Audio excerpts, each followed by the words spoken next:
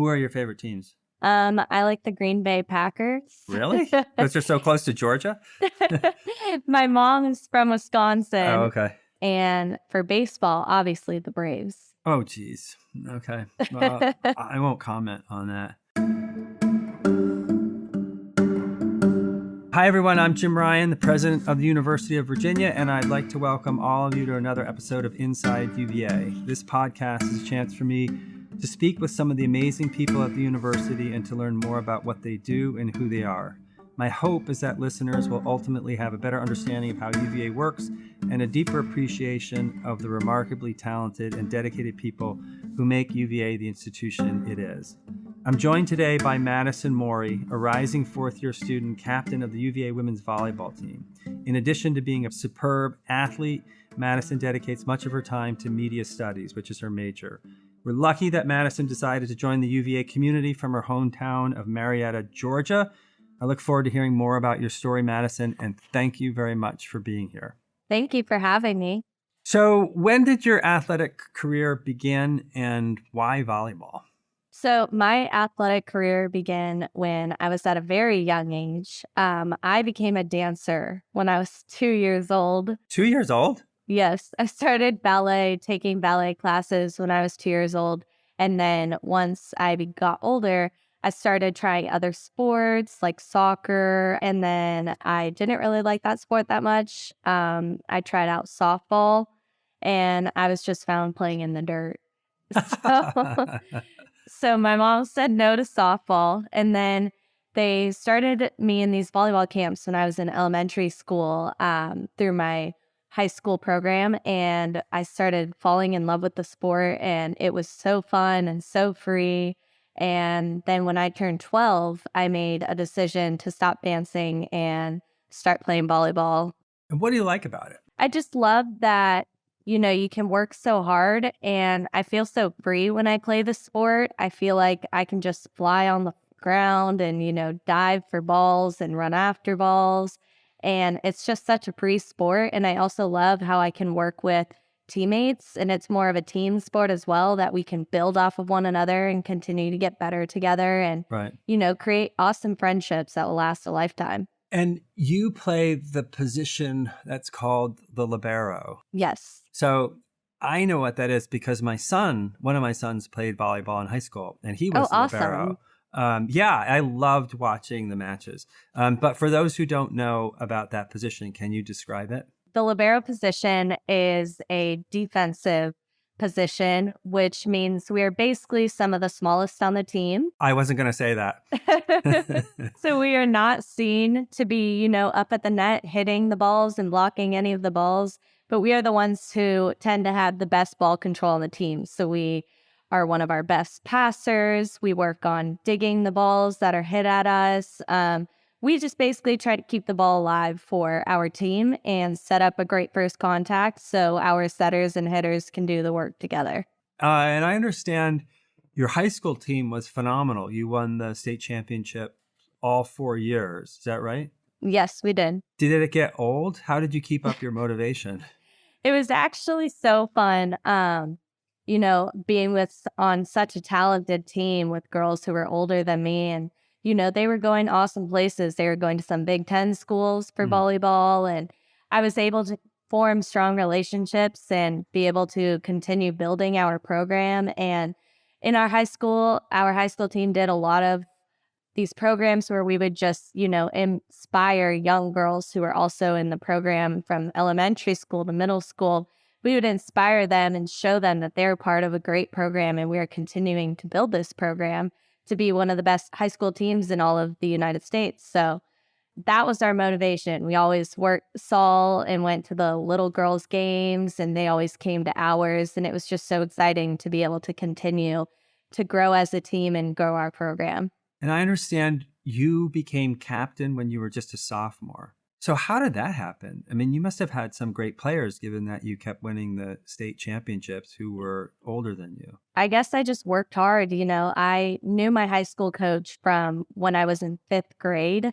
That's when I first met her, and she became a big part of my life. And my coach grew me into the person to who I was today. And She taught me what it was like to, go into a gym and work hard and accept what's going to be thrown at you and find ways to persevere through it. And she also taught me how to have a loud voice in the gym. Communication was a big part of her program and what she wanted us to do and some of the standards in her programs. So with having such a loud communicator on the team, you're going to earn respect by having a loud voice in the gym and continuing to lead by example. And so that's what I think I'd built over my first year as a freshman. And then coming in as a sophomore after having a great year, I just kept working on my communication, my relationship skills, all of that.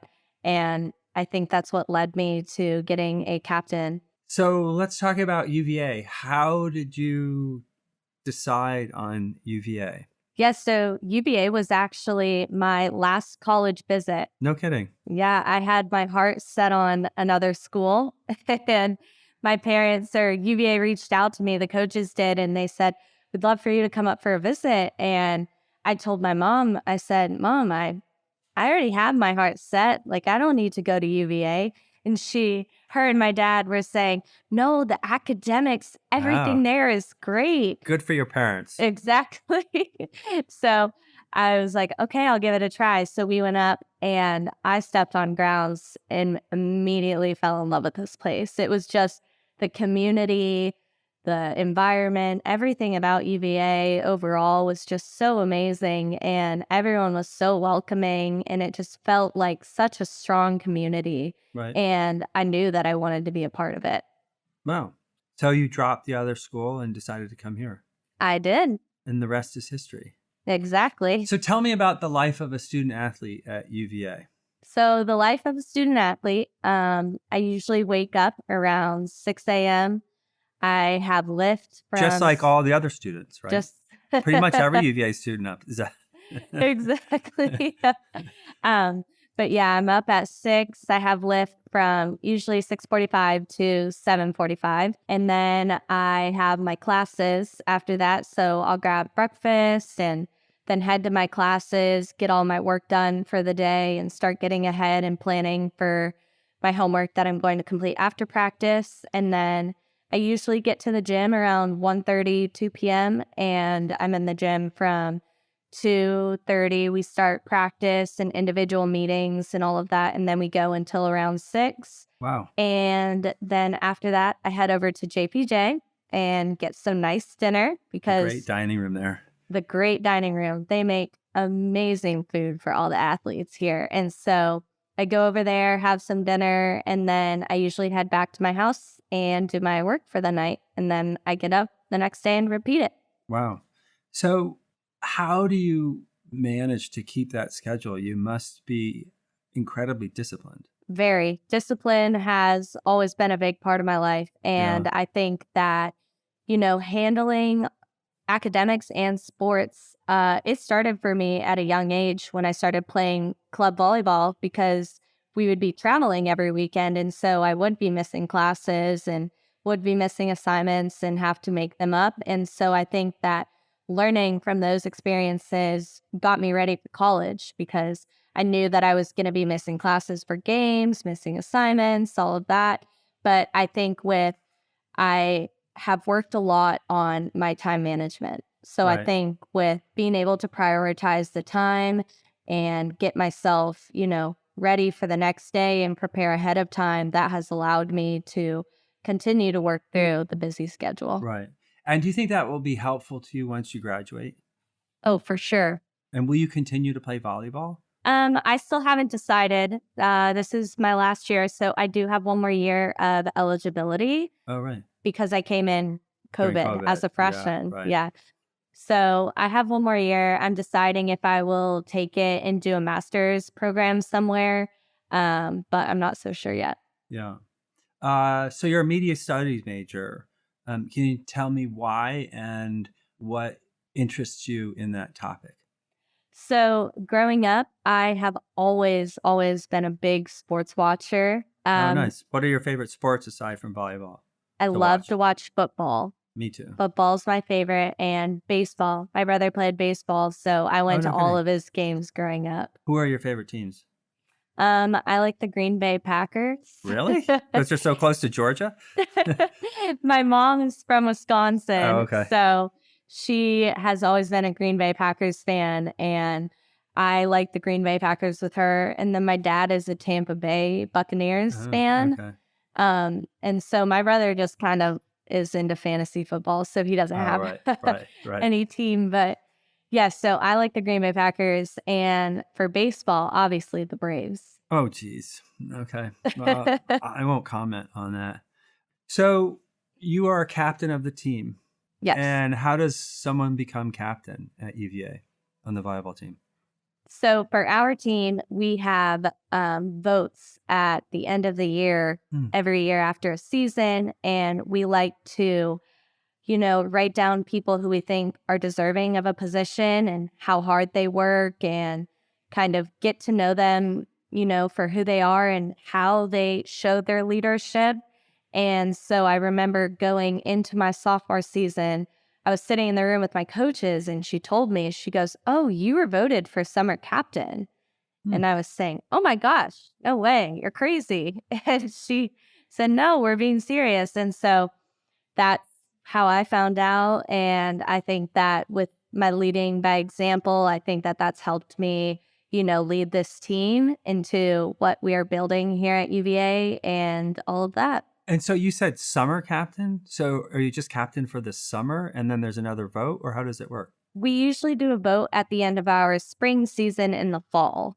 And then going into summer, since we're here training in the summer, we Okay. have summer captains. And then they usually are also our captains for the fall season. Oh, I see. Okay. Oh, I want to go back to media studies because we got Okay. sidelined on your poor choices of baseball teams. So you are a huge sports watcher. So connect that to media studies. Yes. So growing up, being a big sports watcher, I always watched Sunday football. Okay. And while watching, we always watched Aaron Andrews. And I was saying to my dad, I said, "Dad, I want to do that." Oh, no kidding. And so, so she, inspired me. She's also great at what she does. And I loved watching her on TV. And so I knew that going into school, I wanted to do something with sports after, because they've always just been such a big part of my life. Right. And I thought it would be so cool being able to do, sports anchoring and covering and traveling with teams and covering games. I think that would be just such an amazing opportunity to have. And so that's why I chose media studies, and I'm hoping to continue to pursue that. And how do you break into that line of work? Do you know? I have to do a lot of connecting. Right. So I have amazing people around UVA who have helped me find connections. And as a student athlete, I don't have much time to get internships because I'm here training. So I just kind of set up Zooms, and I get to know people who are in the career, ask them questions about it, get to know what their day-to-day life is. And then once I'm out of school, I'm trying to get an internship for next spring when I'm done with volleyball. And I'm just going to, continue to build and see if this is something what I want to do, and explore it more once I'm out of school. So you mentioned the issue of time, and we talked about this earlier. And obviously, schoolwork takes up a lot of time and volleyball takes up a lot of time. Do you feel like you have ample time to do other things aside from school and volleyball?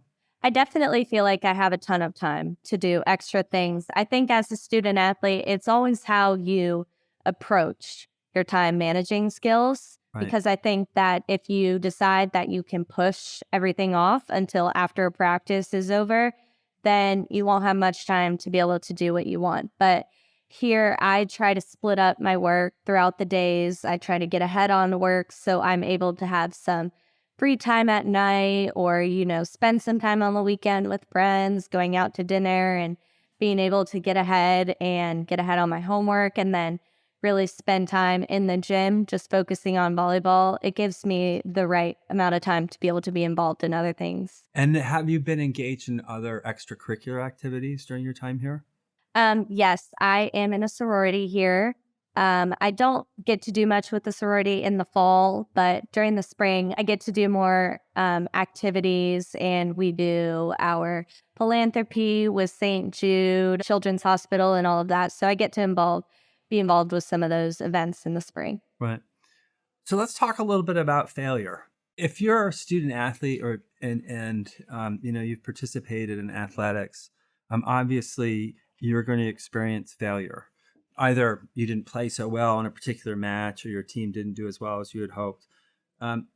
How do you cope with failure? So I would say that I approach failure with a growth mindset, because every day you have to approach a practice, or maybe it's a game you have, and you have to go in with the mindset knowing that you're going to make mistakes. And with that mindset, it allows you to build failure recovery systems, which is something that I've always worked on with all the resources I have here at UVA. I've found ways to fail fast, which is how I call it. I call it fail fast and think of a different cue, and then you're good. Reset your mind, take a quick deep breath, and you're good. So it's obviously a big part of life. It's also a big part of academics as well. And so it's all about how you rebound from that one failure you face. That's how you are defined as a person. So with academics, if you get a bad grade on something, what I like to do is I like to meet with my teachers to know what I've done wrong and how I can fix it the next time. And then I work even harder the next time to fix what I did wrong or how I can improve my grade.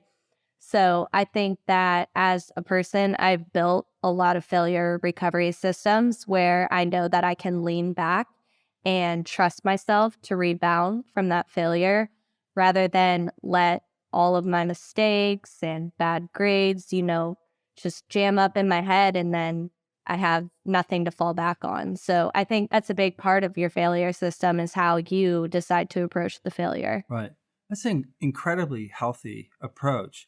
How did you discover it? So I had a really rough sophomore season. I was, very in my head. I would let my mistakes build on me. Right. And as a person, I realized that, and as a player, I realized that's not what I want to be. Like, if I want to go places and I want to grow as a person and as an athlete, then I'm going to need to find ways where I can recover quickly and be okay with the mistake I just made, and learn to accept that I'm going to make mistakes in life, and it's how I'm going to approach them. So I set up a bunch of meetings with our psychologists here for our team, and I just worked on building my failure recovery systems. And through volleyball, we talked a lot about process and product. So when I'm in certain drills where we're focusing on a new technique, I'm process-based, which means I don't care about the outcome. Right. I don't care about if I just got a great dig or not. I focus on,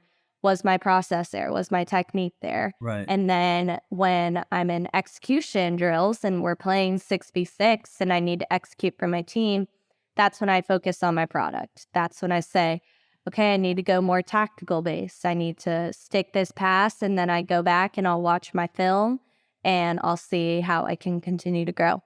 So switching gears, can you tell me what a Murph is and why you've done it at least 3 times? So the Murph is a Marine workout.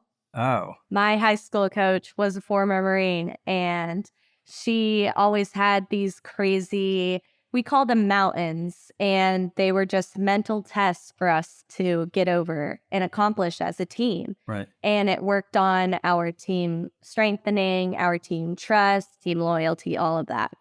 So when I was a freshman in high school, my first mountain was called the Murph, and I had no idea what it was. And I found out the morning before, hey, you're about to run a mile, do 100 burpees, 200 push-ups, 300 squats, and then you're going to run another mile. Oh my gosh. And I said, what? I said, what did I sign up for? So that was my first Murph that I've done. And I actually finished it in 45 minutes. Wow. Which I was surprised about. But what we did was we basically just split it up into, you would run the mile and then you do 10 sets of 10 burpees, 200 push-ups, 300 squats. And then you'd finish with your mile. And honestly, it was very difficult. My body was feeling it the next day. But once I completed that workout, I just felt so accomplished. I bet you did. Yeah. So last question. I understand that you have an interesting connection to a certain park in New York City. The Central Park in New York, that was built by my great uncle, Frederick Law Olmsted. That's incredible. Yeah, super cool. And does your family have any memorabilia of him? I mean, there's a big park that you can go to. Right. Do you feel like a family connection if you're there? Sure. Sure. I do not know if anyone has any memorabilia of him, but yeah, it's pretty cool. So, Madison, actually, this is the last question. So one thing that you might do next year is continue to play volleyball and get a master's degree. If you don't go that route, have you thought about what you'll do instead? So I definitely was thinking about going home first, trying to continue to build connections. Possibly I would like to try and work for the Braves. Sensitive topic here.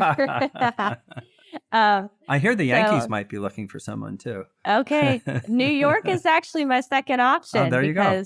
Yeah, New York and Connecticut, because they have ESPN Center up there, and a dream of mine would be a broadcaster on ESPN. So it's all about what's offered to me first and how I continue to build my connections. Well, I wish you the best of luck. But in the meantime, I want to thank you for taking some time to be on this podcast. It was great to speak with you. Thank you so much for having me. It was awesome.